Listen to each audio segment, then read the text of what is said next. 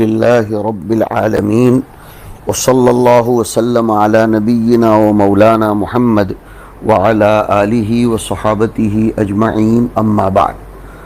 معزز سامعین، اس وقت ہماری قوم کا سب سے بڑا المیہ یہ ہے کہ زندگی کی سب سے قیمتی نعمت یعنی وقت نہ تو اس کی پابندی ہے اور نہ ہی اس کی قدر و قیمت ہے. وقت ہمارے پاس لمیٹیڈ ہے اور کام ان لمیٹیڈ اور غیر محدود ہوا کرتے ہیں.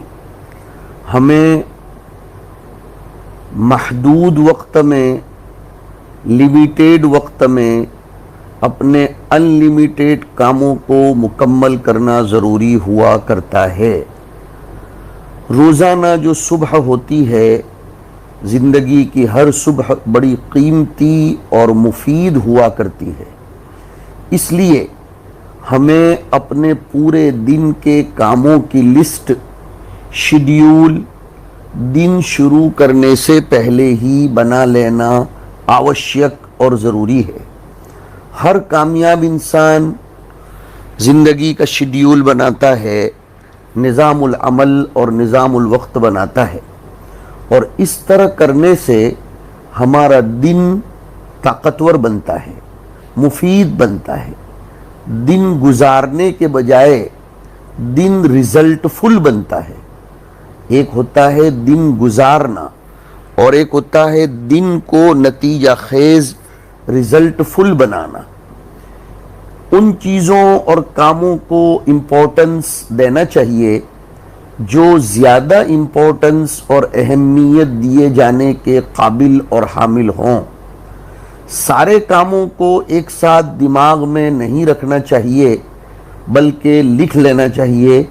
اس سے دماغ پر بوجھ نہیں پڑتا اور دماغ ان سارے کاموں کو یاد رکھنے کے بجائے دوسرے نئے خیالات اور فکر پیدا کرنے کے لیے آزاد ہوتا ہے. اس سے مختلف کاموں کو انجام دینے کے لیے ہماری ذہنی صلاحیتوں میں بھی بڑھوتری ہوتی ہے. سارے کام ایک جیسی امپورٹنس اور اہمیت نہیں رکھتے. اس لیے عقل مند انسان کے لیے ضروری ہے کہ کاموں کی درجہ بندی کرے. اپنے کاموں کی فہرست کی درجہ بندی بہت ضروری، کم ضروری اور غیر ضروری کے مطابق کیجیے. 4 قسم کے کام اپنی لسٹ میں بنائیے: بہت زیادہ ضروری، کم ضروری اور غیر ضروری. اس سے ہمارے لیے اپنے دن کے وقت کا استعمال آسان اور مفید ہو جائے گا اور کاموں کے امپورٹنس اور اس کی اہمیت کے مطابق ہم کام انجام دے سکتے ہیں. ایک ساتھ بہت زیادہ کام کرنے کے پریشر سے بچنا ضروری ہے. ایک ہی دن میں سارا کام کر لینا یا اس کے جذبات پیدا کرنا یہ کامیاب انسان کی علامت نہیں ہے. ہر دن، ہر ہفتہ، ہر مہینہ اور ہر سال کا ایک مقصد متعین کرنا پڑے گا اور ترجیحات کی بنیاد پر ایک دن کے حساب سے ہمیں اپنے ہدف اور مقصد کو حاصل کرنے کی کوشش کرنا چاہیے. اگر کوئی رکاوٹ آ جائے آسمانی سلطانی تو اس رکاوٹ کو قبول کرنا پڑے گا، لیکن پھر بہت جلدی اپنی ترجیحات پر واپس آنے کی کوشش کرنا چاہیے. دیکھیے، سنیے، کامیابی کا مقصد صرف اپنے مقاصد کو پا لینا نہیں ہے. کامیابی کا مطلب صرف یہ نہیں ہے کہ آدمی اپنا ہدف، اپنا گول اور اپنا مقصد حاصل کر لے، بلکہ کامیابی کا مطلب ہوتا ہے بامعنی زندگی کی طرف تبدیلی اور ترقی کی شروعات. سکسیسفل لائف کی طرف چینجز کے ساتھ اور ڈیولپمنٹ کے ساتھ اسٹارٹنگ کرنا، حضور پاک علیہ الصلاۃ والسلام کا ارشاد گرامی قدر ہے کہ 5 چیزوں سے پہلے غنیمت سمجھو، زندگی کو موت سے پہلے، تندرستی کو بیماری سے پہلے، فرصت کو بیزی اور مشغول ہو جانے سے پہلے، جوانی کو بڑھاپے سے پہلے، اور مالداری کو غریبی سے پہلے۔ اسلام انسان کی رہبری کرتا ہے کہ اسے ہر چیز کا حساب دینا پڑے گا، انسان سے ہر چیز کے بارے میں پوچھ تاچھ ہوگی، اسے اپنے ہر قول اور فعل کا جواب دینا پڑے گا۔ نبی کریم صلی اللہ علیہ وسلم ارشاد فرماتے ہیں کہ تندرستی اور فرصت 2 ایسی گراں قدر نعمتیں ہیں جن کے بارے میں بہت سے لوگ نقصان میں رہتے ہیں، ان کا صحیح استعمال نہیں کرتے۔ اس زمانے میں دیکھیے جو لوگ بیمار ہو رہے ہیں، کورونا کی بیماری میں، نیومونیا کی بیماری میں، یا جس بیماری میں بھی ہوں، بیمار ہونے کے بعد انہیں تندرستی کی قدر ہوتی ہے، اور اسی طرح جو طلبہ اسٹوڈنٹس طالب علمی کا زمانہ مکمل کر لینے کے بعد ضروریات زندگی اور لائف شیڈیول میں بیزی ہو جاتے ہیں، تو انہیں اپنی وہ فرصت کے اوقات کی اب قدر ہونے لگتی ہے، جسے یہ معلوم ہے کہ دنیا فانی اور ہماری عمر شارٹ ہے، وہ اپنی عمر کو غیبت، بہتان، تہمت اور جھوٹ میں کیسے مشغول کر سکتا ہے؟ جسے معلوم ہے کہ مجھے حساب دینا ہے، وہ وقت کی قدر کیوں نہیں کرے گا؟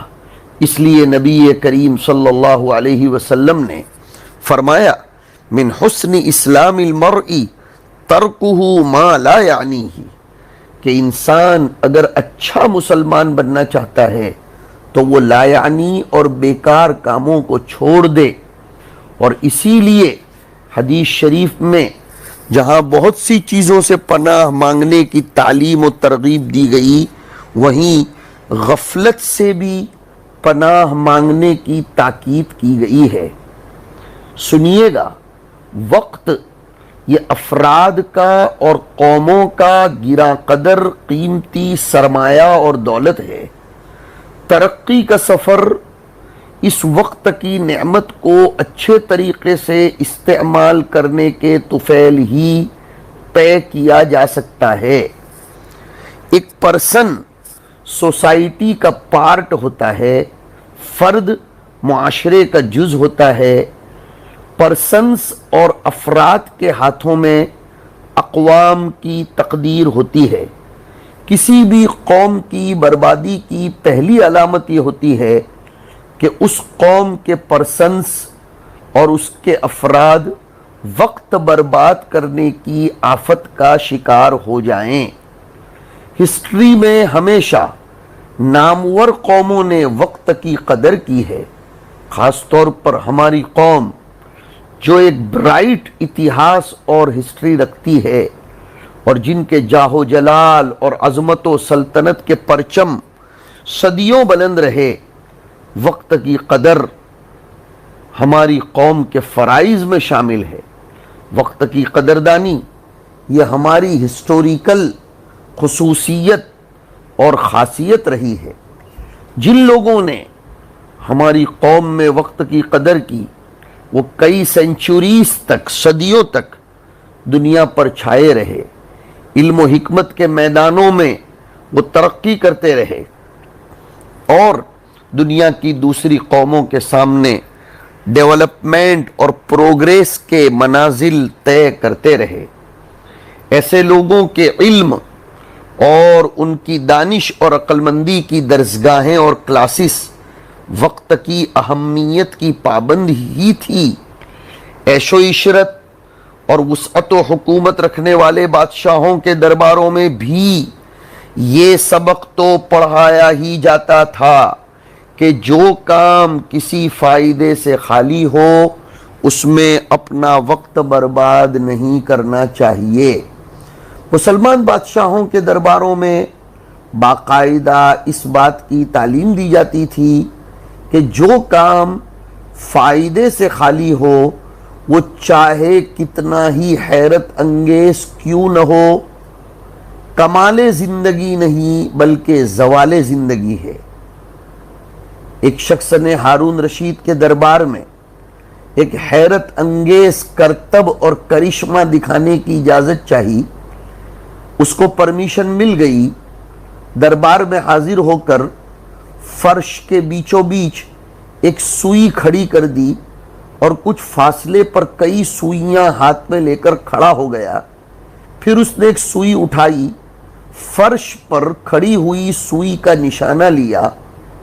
حیرت لوگوں کو بہت ہوئی جب حاضرین نے دیکھا کہ یہ دوسری سوئی پہلی سوئی کے سوراخ سے ہو کر کراس کر گئی، پار کر گئی۔ اس طرح اس نے تقریباً 10 سوئیاں پھینکیں اور سب کی سب پہلی سوئی کے ہول اور سوراخ میں سے ہو کر گزر گئی۔ ہارون رشید نے یہ حیرت انگیز کمال دیکھا تو حکم دیا اس شخص کو 10 دینار انعام میں دیے جائیں اور 10 کوڑے لگائے جائیں۔ جو لوگ وہاں حاضر تھے انہوں نے اس انعام کی وجہ پوچھی تو ہارون رشید نے کہا 10 دینار تو اس لیے دے رہا ہوں کہ یہ آدمی بڑا ذکی، ذہین اور اس کا نشانہ بالکل درست اور سیدھا ہے، لیکن 10 کوڑے بھی لگوا رہا ہوں اس لیے کہ اس کے اندر جو ذہانت اور نشانے کی درستگی کی اللہ کی طرف سے دی ہوئی صلاحیت اور قیمتی وقت ہے، اس نے ایک ایسے کام میں خرچ کیا جس کا دین اور دنیا میں کوئی بھی فائدہ نہیں ہے۔ سوچئے کیا فائدہ اس کا، صرف کرشمہ ہے، لیکن اس صلاحیت کو غلط جگہ استعمال کیا جا رہا ہے، وقت ہمارا اڑتا جا رہا ہے، لیکن ہم اس کے پائلوٹ ہونے چاہیے۔ مشغول رہنا اہم نہیں ہے، اہم یہ ہے کہ آپ کس کام میں مشغول ہیں۔ کیلنڈر میں اتنے ہی دن ہوتے ہیں جتنے کا ہم استعمال کر پاتے ہیں۔ ہم آج جس زمانے سے گزر رہے ہیں اس میں علم و عمل کا جو حال ہے وہ ہم سے پوشیدہ نہیں ہے۔ طلبہ، اساتذہ، علماء اس زمانے میں درس و تدریس سے دور، وقت کی اہمیت کے احساس سے عاری، مطالعے کے ذوق سے خالی اور قلم اور کاپی سے بالکل دور اور ناآشنا نظر آتے ہیں۔